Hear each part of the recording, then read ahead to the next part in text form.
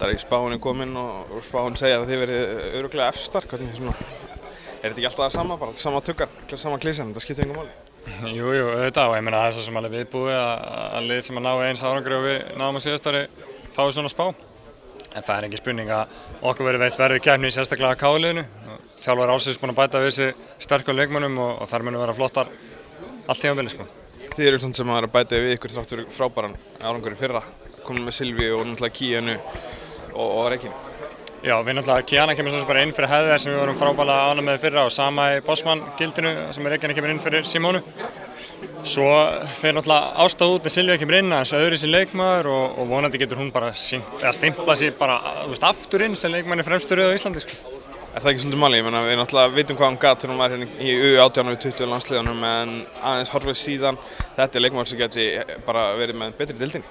Já, klárlega, hún er búin að sýna alveg frábæra rispur á undirbúningstímabilinu og ég meina hún á einhverja landsleiki og hefur gert þetta allt áður og sýnt að hún er klárlega leikmaður í þessari deild sko. Og hún var náttúrulega bara stórkostleg með Þór Akureyri fyrra í fyrstu deildinni. Valsarnir handhafar alls allra titla eftir leikinn í gær.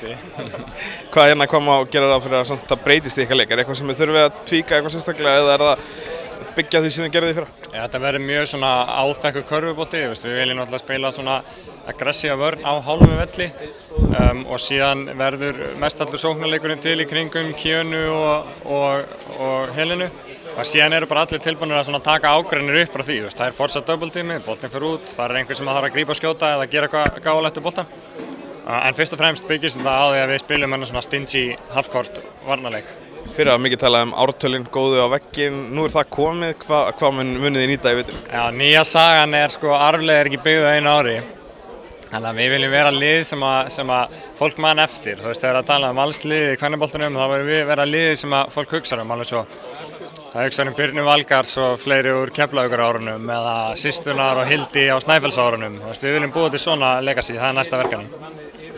Takk.